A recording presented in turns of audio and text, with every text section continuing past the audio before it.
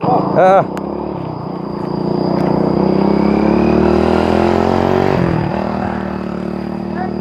เนาะโอเคพี่น้องไงเนาะกะมื้อนี้เป็นมื้อที่สำคัญอีกมื้อหนึ่งพี่น้องไงเนาะซึ่งว่าจันเนาะในนางตามหน้าต่างหน้าของทีมงานสายบุญพี่น้องไงเนาะมารับหน้าที่พาทีมงานมาวัดแทกที่ดินแปลงหนึ่งพี่น้องไงเนาะซึ่งทางแม่เพิ่นมอบหมายทางบ่จันเนาะนี่แหละพี่น้องเลยเนาะอยู่หมู่บ้านของน้องงามเนาะกับทีมงานกับมาบ่ค่อยครบปานใดเนาะทางแม่เพิ่นว่าอยากได้ทางเบาเตียงกับเบาดีพุ่นแหละเนาะมาเป็นศักดิ์ศรีพยานนำกันนะพี่น้องเลยแต่ว่าต้องขอโทษขออภัยเนาะเบาดีเบาเตียงเพิ่นติดภารกิจพี่น้องเลยก็เลยบ่ได้มาร่วมว่าซั่นซะจังใดก็มื้อนี้เนาะพี่น้องเนาะ กับทักทายสบายดีเด้อเนาะพ่อแม่พี่น้องมัดสุขุสุขคนเจอกันครับบ่าวจันเนาะอยู่ในช่องของบ่าวจันชาแนลพี่น้องเลยกะมื้อนี้เป็นมื้อที่สำคัญของทีมงานกับบ่าวแมนเนาะแม่พี่น้องเลยเนาะทางแม่เพิ่นอยากได้ดินแปลงนี้เนาะแล้วก็อุทิศเป็นดินของส่วนรวมเนาะแต่ว่าออกในชื่อของบ่าวจันว่าซั่นพี่น้องเลยเนาะแต่ว่าแม่เพิ่นอยากเฮ็ดเป็นศูนย์เนาะอยากมอบเป็นศูนย์ของทีมงานเนาะเวลาลังเทื่อในภายภาคหน้าเนาะเฮามีหน่วยงานเฮาเป็นหน่วยงานว่าซั่นซะบางเทื่ออาจจะมีหน่วยงานมูลนิธิเนาะของสายบุญบ่หรือว่าจังซั่นจังซี่สินะพี่น้องเอ้ยแม่เพิ่นก็เลยอยากเอาจุดนี้เป็นจุดโอ้รถก็หลายแท้พี่น้องเอ้ยเป็นจุดศูนย์สันซาศูนย์ตั้งของทีมงานเขาพี่น้องไงแล้วก็ตอนนี้กำลังสิมาวัดมาแทกกันเบิ้งเนาะเป็นการแลกเปลี่ยนกันครับครอบครัวหนึ่งเนาะเพิ่นอยากได้บ้านแล้วก็อยากได้ห้านค้าให้ลูกสาวพี่น้องไงทางเมย์เพิ่นรับปากกันสิเฮ็ดให้แล้วก็ทางอ้ายเพิ่นสิมอบดินแปลงนี้ให้ว่าซั่นไปรุ่นไปเบิ่งน้ำกันทีมงานก็มาหลายอยู่มื้อนี้พี่น้องมีเบาบุญสองบุญเนาะอาจารย์ลาวเบาประธานป้องแล้วก็เบาพึ่งเคยล่ะพี่น้องเลยเนาะเบาจันกับเบาเสียงเนาะเบาเสียงเพิ่นก็กำลังตามมาอยู่พี่น้องเลยเนาะนี่แหละทางไอ้เจ้าของดินเพิ่นพี่ทางนี้พี่น้องเลยเนาะสบายดีได้เด้อนี่คือสมน่ะทางเจ้าของดินเพิ่นเนาะก็ทีมงานเขามีสำนี่เนาะพี่น้องเนาะยังบ่เสียงยังขาดบ่เสียงตามมาหลังพี่น้องเลยเนาะนี่แหละเนาะเป็นเจ้าของอ้ายซื้อเพิ่นนี่ได้อ้ายซื้ออ้ายนี่ไอ้เกืองอ้ายเกืองเกืองโอ้จักปีเลยอายุนี่โอ้50 ปีโอ้เบิ่งผมเพิ่นก็ถือว่าสมควรอยู่พี่น้องเลยหรือว่าในนามที่ว่าจันเอิ้นเพิ่นอ้ายหัวงอกเนาะมื้อนี้อ้ายเพิ่นสิแบ่งดินแปลงนี้ให้พี่น้องไงเนาะอันนี้แหละบ่วัดแทกกันเบิ่งเนาะเอาอันนี้เป็นดินของอ้ายเองเลยเนาะกะมื้อนี้ทางวัดจันทร์ก็ได้อัดคลิปไว้เป็นศักดิ์ศรีพยานนำกันเนาะอ้ายเนาะแปลว่าโมเมนต์ซื้อนะพี่น้องเอ้ยเนาะโมเมนต์ซื้อบ่มีมูลค่าและว่าซั่นซะแต่ว่าซื้ออันนี้ไม่ได้ว่าเจ้าก็ช่วยเฮาก็ช่วยเจ้าอย่างนั้นแน่นดินแลกเปลี่ยนว่าซั่นซะแลกเปลี่ยนกันแลกเปลี่ยนแน่นก็ทางอ้ายเพิ่นมีดินให้ทางแม่เพิ่นก็เฮ็ดเฮือนให้ว่าซั่นซะพี่น้องเอ้ยเนาะส่วนขนาดน้อยใหญ่ซำใดเดียวพุ่นแหละเนาะเฮาล้มกันแล้วอันน่ะพี่น้องเอ้ยทางอ้ายเพิ่นเนาะก็แม่เพิ่นก็ยินดีว่าซั่นซะพี่น้องเอ้ยเอามื้อนี้เฮามาวัดเบิ่งก่อนเนาะอ้ายเนาะก็มันอยากดินมันก็อยากอยู่น้ำใต้สายไฟนิดนึงพี่น้องเลยแต่ว่าก็ได้อยู่ดอกเนาะเพราะว่ามันบ่มีแต่เฮือนเฮาเนาะทุกทีบเลยเทปนี้ก็ถือว่าอยู่ในใต้สายไฟบัดพี่น้องเลยโอ้มีแต่สายไฟบัดเริ่มต้นเริ่มเฉพาะฉากนี่ก่อนเนาะพี่ได้มงได้อ้ายอันรักแหลนมันติดกับน้องอันนี้เลยบ่ติดกับตัวนี้เลยล่ะโอ้ติดกับน้องหัวงอันหัวหยองพี่น้องเลยเนาะอันนั้นเด้น้องเลยเห็นเด้น้องเลยเพิ่นกะมีผ้าอยู่บ่ผ้ามีเสียบอยู่บ่มีผ้าชุดยัง เอิ้นเพิ่นเอามาได้ไอ้ กุดปักลักไว้นี่ พอได้อันเสียบลักไว้ เสียบตอกไว้น่ะนะ อืม ไม้ เริ่มจะกอนี้แหละตะบึงนี่ นี่บ่ เนาะ ตอกไว้ แต่พี่ได้เนาะเพราะว่าเด่นกับของอันน้องอันหัวยองเพิ่นก็สิอยู่ประมาณนี้แหละอันนี้บ่นับอันนี้พี่น้องไงเนาะเพราะว่าเป็นคลองของทางดวงเพิ่นบ่นับเฮาบ่นับเฮานับตั้งแต่พี่ได้เฮาว่าสินับนะนี่พี่ แม่นจากกันแล้วขึ้นไปเลย พี่ก็ไล่ไปพี่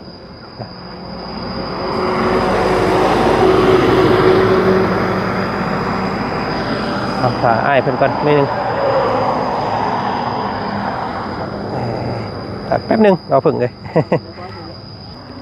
เด่นตัวนี้เลยป่ะ จะได้ที่ ได้เดี๋ยวจังมาซักน้ำหลังก็ได้ 6 เมตร 6 เมตร อยู่นี่ลักหนึ่งเนาะเริ่มต้นอยู่นี้เอากะบัดไปพุ่นเลยเบาบุญได้บาทนี่แม่นเอาความยาวก่อน เอาทั้งเอาตรงนี้เนาะ แม่น6 เมตรไปเข้าไปพุ่นละก่อน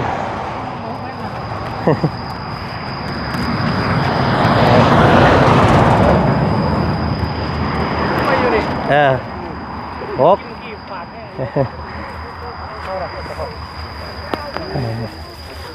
บรรยากาศ 6แล้วก็12บ่ โอ้ให้แบบนี้ถึงแล้ววัดมาเป็นใหม่แบบนี้ข้าง6เด้เขาไปรถ คำนั้นมันสิรอดบ่ได้เนาะ 12อีพุ่น12พี่น้องยืน ไปยืนไว้เด้อเอาอยู่นี่แล้วเอานี่12อยู่นี่วัดออกนอกพี่ก็ได้มาบุญเลย2อยู่นี่ เช้าบ่ 12แล้วก็18ยืนอยู่หั่น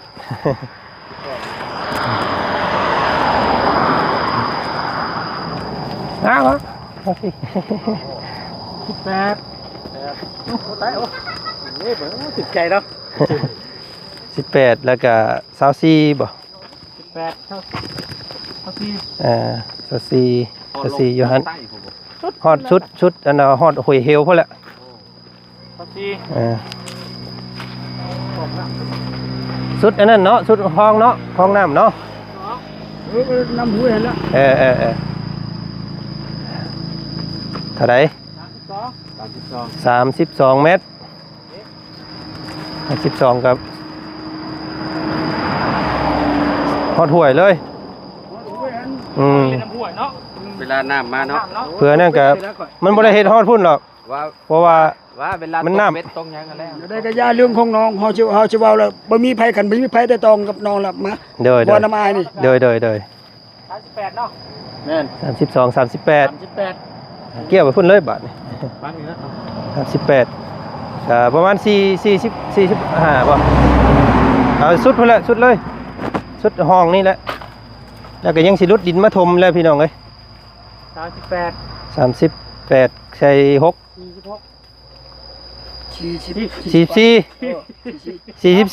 รับนี่พอดี พอดีเอา44ความยาว ความยาวเนาะ44 นี่เด้อ จื้อไว้เด้อ44เด้อ 4ความยาว ไปพุ่นบาทนี่ตั้งแต่นี่ไปพุ่นบาทนี่ หัวแล้วบ่ น้องหวยเลย มายังลมเคมีน้ำกันปุ๊บนั่นแหละไอ้น้ำไปรถไอ้ตั้งแต่นี่ไปบาทนี่บาบุญเลยตั้งแต่นี่ไปคุยเลย เวลายามฝนไปตก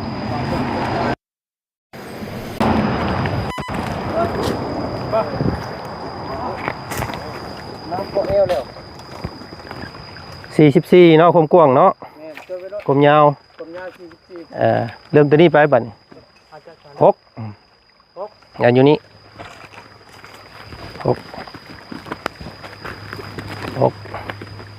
นี่เทศนี้ก็ได้ดี แม่น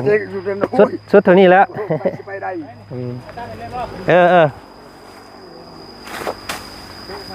12อยู่นี่2อยู่นี่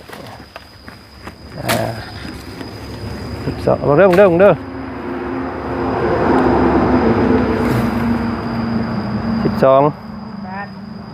18อยู่นี่เอาง่ายๆกับมันสุดห่วยเนาะไอ้เนาะสุดห่วย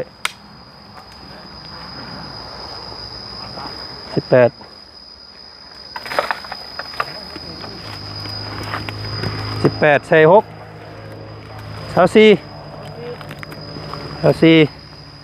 24อยู่นี่ฮอดใส่อ้าย นี่แหละ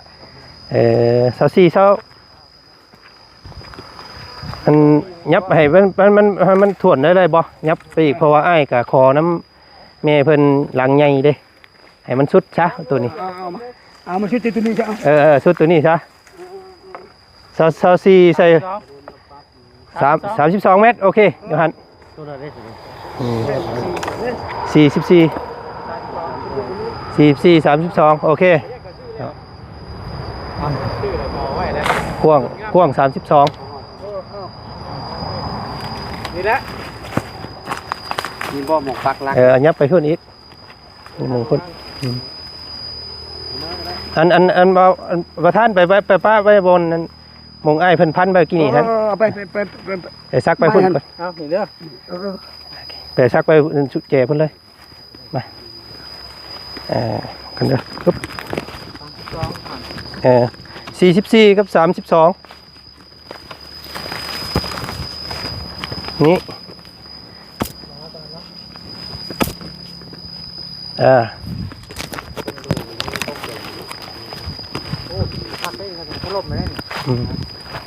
ไปขึ้นยาวขึ้นไปบาทนี่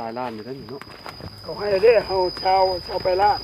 นเลยนี่โอ้ ต้นลูนี่บ่บาทมาแต่พุ่น12เนาะ12โอเคไป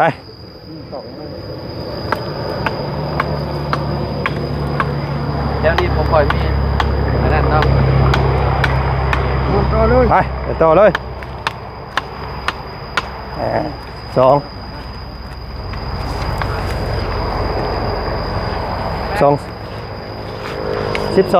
เท่าไหร่18อยู่นี่นี่บนโอเค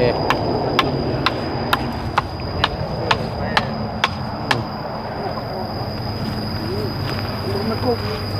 ภายใน4-5เช่นนี่เวทไปพุ่นอีก18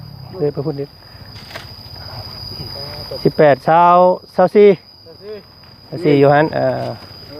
พอดีให้มันบิดอันนั้นหันเลยเนาะ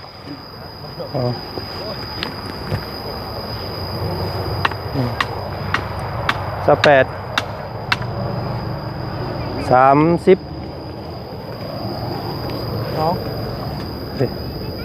นั่นบ่18กับ36 18กับใส่6 34ใช่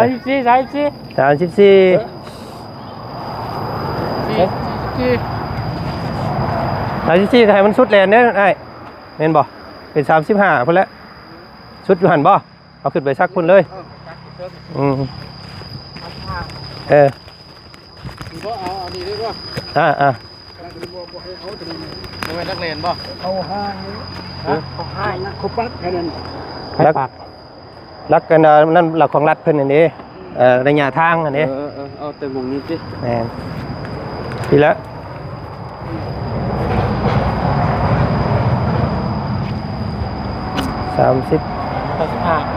35เมตร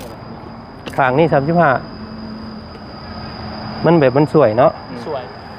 44 32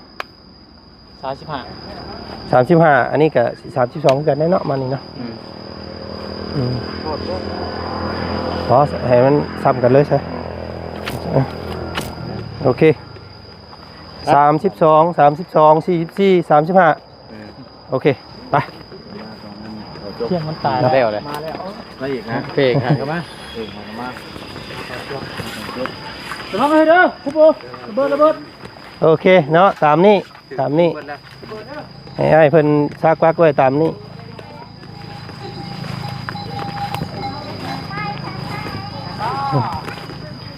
โอเคเดี๋ยวเมื่อจดความกวมความหอมน้ำกันบัดนี้พี่น้องเนาะไปเบิ่ง โยนลงมา พุ่น เลย ละ ล่ะมันต้องนะทุก หน้าทางก็ไล่ร่วมกันมันเป็นเนื้อที่ทั้งเบิดแม่นบ่ ติดไต น่ะเฮ้ย ตะวันออก ทั้งนั้นทิศใต้ทั้งนี้ทิศตะวันตกทั้งนั้นทิศตะวันออกทั้งนี้ตะวันออกเฉียงเหนือทิศทางนั่นทิศใต้ ติดไตเนาะ แม่นทิศใต้ทิศถนนใหญ่ทิศกันน่ะทิศทางใหญ่ว่าซั่นนั่นแหละ ขึ้นเหนือทางนี้ ยังหลงหัวใจไป บ่ทิศเหนือทั้งพี่แม่น อ๋อเดี๋ยว เบิ่ง หัวนี่ ทิศเหนือทิศเหนือนี่ทิศกับของเราเองนั่นแหล้ว เปลี่ยนชื่อลาวเลยเนาะ แม่นติดกับดินเกืองข่อยเรียบร้อย เดี๋ยวพักก่อนเดี๋ยวให้เพิ่นจดก่อนว่าวุฒิ ไอ้เนาะหมดสุคนเนาะกะไอ้พรไว้ใช้ให้โชคดีมีแห้ง เนาะก่อนอื่นสบายดีอีกรอบหนึงเด้อเนาะสบายดีพี่น้อง มีแต่อยากอ่านผ่านการใบยังยื่นมอบกรรมสิทธิ์เนาะ โดย ก่อนสิอ่านกะสาธารณรัฐประชาธิปไตยประชาชนลาวสันติภาพเอกราชประชาธิปไตยเอกภาพวัฒนถาวรที่เมืองสีโปนแขวงบ้านอะไรน้อยเนาะใบยังยืนมอบกรรมสิทธิ์นายบ้านอะไรน้อยฐานตะเยอเมืองสีโปนแขวงสวรรณเขตขอยังยืนว่าในวันที่6 เดือน 6 ปี 2026ได้มีเท้าอาเกืองอายุ คือไอ้หัวงอกคนนั้นเนาะ 50 ปีสัญชาติลาวอาชีพเฮ็ดไห้ที่อยู่ปัจจุบันแม่นบ้านอะไรน้อยเนาะหน่วย2เรือนเลขที่บ่มีเนาะยาและเมืองเซโปนแขวงสวรรณเขตพร้อมด้วยพยานครอบครัวอายุเกษียณได้ครบหอบคนมีลายสื่อดังต่อไปนี้เนาะ1แม่นท้าวอาแก้งอายุ52 ปีสัญชาติลาวอาชีพเฮ็ดไห้ปัจจุบันอยู่บ้านอะไรน้อย2แม่นท้าวบุญตะวง ทวงเนาะอายุ35 ปีสัญชาติลาวอาชีพทั่วไปปัจจุบันอยู่บ้านโคกใหญ่3บ่าวเสียงน้อยอายุ33 ปีสัญชาติลาวอาชีพทั่วไปอยู่ปัจจุบันบ้านโคกใหญ่พร้อมผู้เกี่ยวได้มาแจ้งว่าตนจะมอบนี่ได้นี่ครับบริเขียนเนาะ จะมอบอันดินเนาะ ดินเนาะซึ่งมีขอบเขตดังต่อไปนี้ทิศเหนือติดกับดินอาเกือง35 ตารางเมตร2ติดกับดินนางเยงมีเนื้อที่32 ตารางเมตรทิศตะวันออกดินติดกับดินอาเกืองมีอยู่32 ตารางเมตรเนาะทิศตะวันตกติดกับนาทางเลข9มีอยู่44 ตารางเมตรรวมเนื้อที่ทั้งหมดให้กรรมสิทธิ์แก่เท้าจันมลิไซอายุ33 ปีสัญชาติลาวอาชีพทั่วไปที่อยู่ปัจจุบันบ้านโคกในหน่วย41เรือนเลขที่35เมืองอุทุมพรแขวงสวรรณเขตเหตุผลที่จะมอบช่วยเหลือแลกเปลี่ยนกันซึ่งกันและกันเนาะผู้เกี่ยวต่อหน้าคณะกรรมการปกครองพร้อมด้วยพยานทั้ง3 คนนับตั้งแต่วันที่6 เดือน 6 ปี 2026เป็นต้นไปดินตอนนี้มีเนื้อที่143 ตารางเมตรนี่ตกเป็นกรรมสิทธิ์ของท้าวจันมลีไซโดยถูกต้องดังนั้นคณะกรรมการปกครองแม่นายบ้านอะไรน้อยจึงออกหนังสือฉบับนี้ผู้เกี่ยวเพื่อไว้เป็นหลักฐานลายเส้นผู้มอบแม่นท้าวเกืองลายเส้นผู้รับแม่นท้าวจันลายเส้นพยานทั้งหมดแม่นท้าวอาเก้ง2แม่นท้าวยังบุญทวง ทวงที่3แม่นท้าวเสียง โดย มีแต่หมดเท่านั้น โดย ขอขอบใจ มีแต่อยากเขียนอันเพิ่มอีกนิดนึงฮะเนาะมุ่งว่าซื้อของเบาจันคนเดียวฮะเลยว่าเพิ่มหมายเหตุเพิ่มอีกนิดนึงพร้อมทีมงานใช่นะเนาะเอาจันพร้อมทีมงานใช่เพราะว่าแม่เพิ่นสิมอบดินตอนนี้นั่นเป็นของส่วนรวมให้ทีมงานเนาะก็ออกรายชื่อของเบาจัน พี่น้องแต่ว่าแม่เพิ่นสิมอบ แผ่นบ้านทำ แบบว่า ไม่ได้อันเนี่ยนะ เป็นศูนย์เนาะอนาคตเพื่อทีมงานเฮามีศูนย์นะมีเป็นแบบว่าหน่วยงานเนาะเป็นหน่วยงานว่าซั่นซะเพิ่นก็สิมอบอุทิศดินตอนนี้เป็นศูนย์พักพิงของทีมงานสายบุญของพวกเฮาว่าซั่นพี่น้องเนาะแต่บ่แม่นว่าดินบ่จันทร์ผู้หนึงผู้เดียวหรอกเนาะ ไปเบิดหมู่เบิดครูทีมงานเฮาแหละว่าซั่นซะเนาะเฮ็ดมาฮู้หาฮู้นํกันเนาะกับอันเส้นเพิ่มอันนั้นยังไงดินปลูกสร้างเนาะเพิ่มดินปลูกสร้างเพราะว่ามันต้องเขียนละเอียดนิดนึงเนาะพี่น้องเนาะเพราะว่าเพื่ออนาคตและว่าซั่นซะก็คือว่าเด้อพี่น้องเนาะอันดินตอนนี้นั้นบ่ได้มีมูลค่าเนาะอ้ายเนาะเป็นแลกเปลี่ยนกันอ้ายเพิ่นก็แบบว่าอยากเฮ็ดเฮือนให้ลูกสาวแต่เพิ่นว่าอยากขอน้ำแม่เนาะแม่เพิ่นเฮือนกับห้านค้าว่าซั่นพี่น้องเนาะส่วนขนาดน้อยใหญ่ก็เฮาล้มกันแล้วเนาะเฮ็ดจนมันงามเฮาแล้วว่าซั่นซะเนาะเบิ่งแย่งกันต่อไปว่าพี่น้องเอ้ยแม่เพิ่นก็ยินดีนำว่าซั่นเนาะมีแต่ขั้นตอนสุดท้ายก็มีแต่สิเซ็นในบ้านเนาะในบ้านใหญ่อันนี้เพิ่นเป็นผู้ห้องมาตั้งหน้าซื่อๆพี่น้องเอ้ยเนาะก็เบิดเท่านี้ได้เนาะบ่มีหยังเนาะบัดนี้เนาะนี่แต่นี่แหละก็เป็นกรรมสิทธิ์ของพวกเฮาบัดนี้เนาะดินตอนนี้ก็นับแต่มื้อนี้ต่อไปเนาะไอ้เนาะ เฮา ยินตลอด ก็อันทั้งอ้ายเด้เนาะอันคาเส้นคาอันนั้นเพิ่นคามาเป็นสัก4พยานนำกันสิเอาเท่าใดเนาะคาไม่คามือเพิ่น นี่ แล้ว ก็แบบคือทางน้องก็เป็นในบ้านรองเพิ่นเนาะ โดย แต่จริงกันเว้าเรื่องตานี่ก็เฮาก็บ่ฮู้จักเราสิให้เท่าไรเอาเท่าไรเฮาก็บ่ฮู้ตัวนี้แม่นค่าเฮาแบบยังยืนตัวนี้แม่นเฮาจะได้500,000 โดยเนาะ500,000ก็สมมาพอควรอยู่เนาะพี่น้องเนาะ เพิ่นแล้วบ่เว้า ยังบ่ฮู้นำเพิ่นเนาะ โดย เพราะว่ามันบ่แม่นอันนั้นมันบ่แม่นซื้อขายเนาะ โดย ถ้าว่าดินซื้อขายเนี่ยเพิ่นสิคิดเป็นเปอร์เซ็นต์เนาะ โดย 10% ของมูลค่าแต่เก่านะมันก็คำว่าดินขายแพงเพิ่นก็ได้หลายแต่ว่าอันนี้มันบ่มีมูลค่าได้เห็น เรื่องการแลกเปลี่ยน เราน้ำใจเนาะ มันสิกากันค่านี่เขาเอาหลาย แม่นก็ถึงน้ำใจต่อให้ทางคณะบ้านเพิ่นว่าซั่นซะเดี๋ยวอันทางบ่จันทร์สิไปให้เพิ่นเซ็นอีกว่าได้เนาะอันนี้มีแต่สิมอบให้อันทางอ้ายเพิ่น500,000เนาะอ้ายเนาะ อันนี้แหละ ใครอยู่เด้อลองขายอีกอ่ะ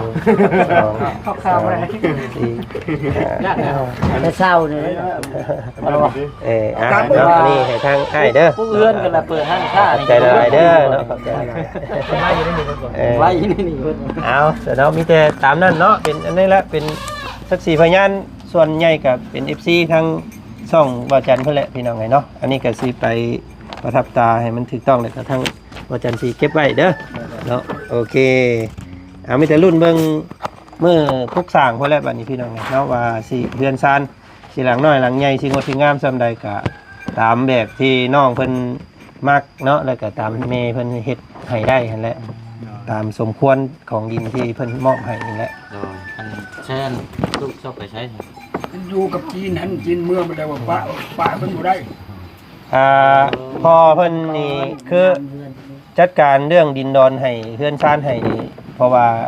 ลูกสาวเรา เราได้ลูกคนหนึ่งบ่ลูก แม่ ลูกสาวเราได้2คนแล้ว เรามีสองค ลู น กลูกกันลูกยิงกันชี้ลูกชายหัน2ทั้งลานน่ะพอดีเพิ่นคอยหมด10คน แบบเราอยากอันเฮ็ดเฮือนให้ลูกสาวเราแบบว่าลูกสาวเราผู้ถูกผัวปะ ผัวป้า ผัวมาส่งฮอดเฮือนเลยพี่น้องแล้วก็บ่ได้เสียหยังให้เลย เอาเมีย ป้า มา ลูกเฮา เดี๋ยวที่นี่ลูกสาวเราผู้นี้เนี่ยเป็นแม่ห้างเนาะแล้วก็ลูกน้อย2คนบ่มีเฮือนอยู่เราก็เลยขอน้ำแม่เพิ่นว่าอยากให้ไล่เฮือนก็เลยแลกเปลี่ยนดินกันอันสาเหตุนะเนาะสิประมาณนั้นแหละพี่น้องก็ยังบ่ทันได้เห็นหน้าตาน้องเพิ่นจักเทื่อแล้วจักมื้อเดียวบ่จันสิถ่ายทำให้เบิ่งเนาะบัดลูกเพิ่นมาก่อนแล้วก็ถืออันผัวพักใส่เนาะไล่นี้ ลู นี่ ก แหละ เอา พี่น้อง เกิดปี2000นั่นแหละเกิดมันปี2000เ เกิดมัน 26ปีเนาะ อืม เอาก็มีแต่เท่านั้นแหละสาพี่น้องเลยเนาะหมู่คู่กะผมขอบใจเบิดสุขุสุขคนแล้วเดี๋ยวรุ่นน้ำกันเนาะเดี๋ยวจังปรับแปลงมงอันนี้เป็นศูนย์พักพิงของพวกเขาเองนั่นแหละพี่น้องเนาะเบิ่งแย่งน้ำกันเนี่ยต่อไปกะ เนาะเอาจะลาก่อนเนาะสาคลิปนี้เนาะขอบใจหลายๆได้เด้อขอบใจหลายๆพี่น้องเนาะเอากะสิประมาณนี้แหละพี่น้องเนาะกะรุ่นกันสิเป็นดินปลูกสร้างเมื่อใดอะไรก็ได้เนาะขอบใจทั้งพ่อและเนาะทั้งเมวันสุธิเพชรอยู่ทางฝรั่งเศสด้วยแหละพี่น้องเนาะขอบใจเด้อเนาะที่มอบดิน มอบดินเป็นศูนย์พักพิงให้ทีมงานมาสันซะเนาะขอบใจหลายๆทีมงานกับครบซ้ำได้นี่ยังเบาเตียงเบาลี่เนาะยังหลายคนอยู่บ่ครบบ่เป็นอย่างเนาะ ถือว่าตัวแทนนี่กันนั่นละเบิ่ง ได้แล้วเนาะ โอเคแล้วนี่กัน โอเค ครับสวัสดีน้องไงลาก่อนจากคลิปนี้เจอกันใหม่อีกคลิปหน้าเด้อเนาะสบายดีขอถ่ายรูปกับอันนี้นี่เด้อเนาะ